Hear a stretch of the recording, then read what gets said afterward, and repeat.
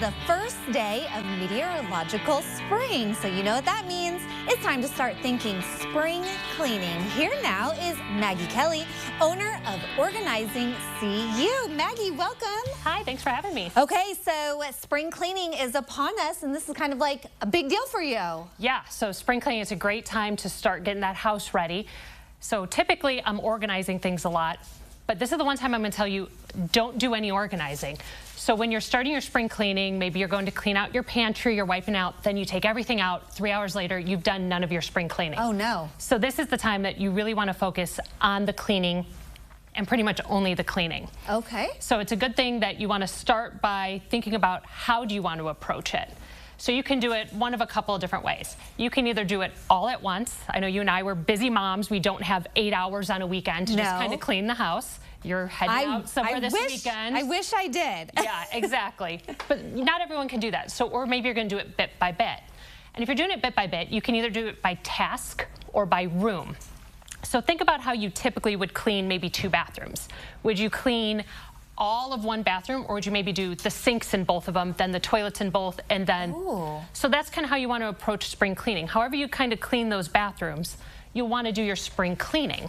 So you'll want to do either a whole room, like your whole kitchen at one time, or you'll want to kind of take a task like cleaning doorknobs and clean them throughout the whole house. Oh, that's a good tip. Okay, it always has to look worse before it can get better. Always. When it comes to organizing and cleaning, at least for me at my house. So yes. All right, you've got some tips here on to reduce, arrange, and maintain. Yep. How does that philosophy work? So typically you want to reduce by getting rid of some of the things in your house. And then you're going to arrange it in a way that makes sense to you. And then you maintain it by coming up with habits to keep it, you know, organized long term. So with spring cleaning, you're not necessarily going to do all of those things at once. You can certainly start reducing things while you're spring cleaning. And then arranging it, like I said, you don't necessarily want to arrange it right now, but this is also part of the maintenance where you're going to start cleaning things over time as well. So that way you can do the reduce, arrange, maintain while you're cleaning a bit. Okay, you've got some tools here that may help you with that cleaning. What's the timer about? Okay, so the timer I really love because you have your cell phone out and you set a timer like, I'm gonna go clean for 20 or 30 minutes.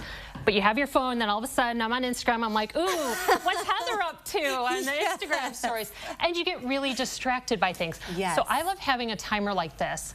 And you can just set it for 20 minutes and then just go through your checklist like one I have here and also on my website, and just kind of maybe grab 4 things of how much can I get done in just 20 minutes. Okay. And once you do that, then it maybe will spur you on to maybe do a couple more things. Yes. And you can get that momentum going so you can start tackling more of the list over the entirety of spring. Yes, you also say to prioritize forgotten areas. Where may we be forgetting? So a lot of those places are things that maybe you don't clean, like your actual mattress or your screens, maybe your baseboards, things like that. Places that you're not cleaning every week.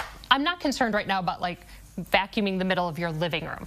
I'm talking about some of those areas that you're not cleaning on a weekly or monthly basis. Oh, yes, because I honestly cannot remember the last time I cleaned my mattress, and that's probably pretty gross. Yeah, all those little things, like your pillows apparently need to be washed. Okay. Yeah, who knew? And you've got a great checklist here that we'll also have at ciLiving and on your website for people to kind of like start thinking about it and start checking things out. Any final thoughts? Definitely just start diving in, do a little bit at a time, and take away some of that overwhelm. Okay, very good, because it can get overwhelming. Absolutely. Especially when you feel like you're doing it alone and you don't have any help. That's also something you need to get the kids involved in. I want to also mention that you do have an ICE in case of emergency binder. Yep. Is it like a workshop coming this spring? Yeah, so it's going to be an online class that you can go at your own pace. So we'll be doing some paperwork, getting together on Instagram, and then the class will be announced in the upcoming weeks here. So important to have, so that's a good class to check out. All right, if you want to learn more and get your home organized this spring, there's a look at Maggie's website, organizingcu.com, and we of course will connect you at our website, ciLiving.tv, after today's show.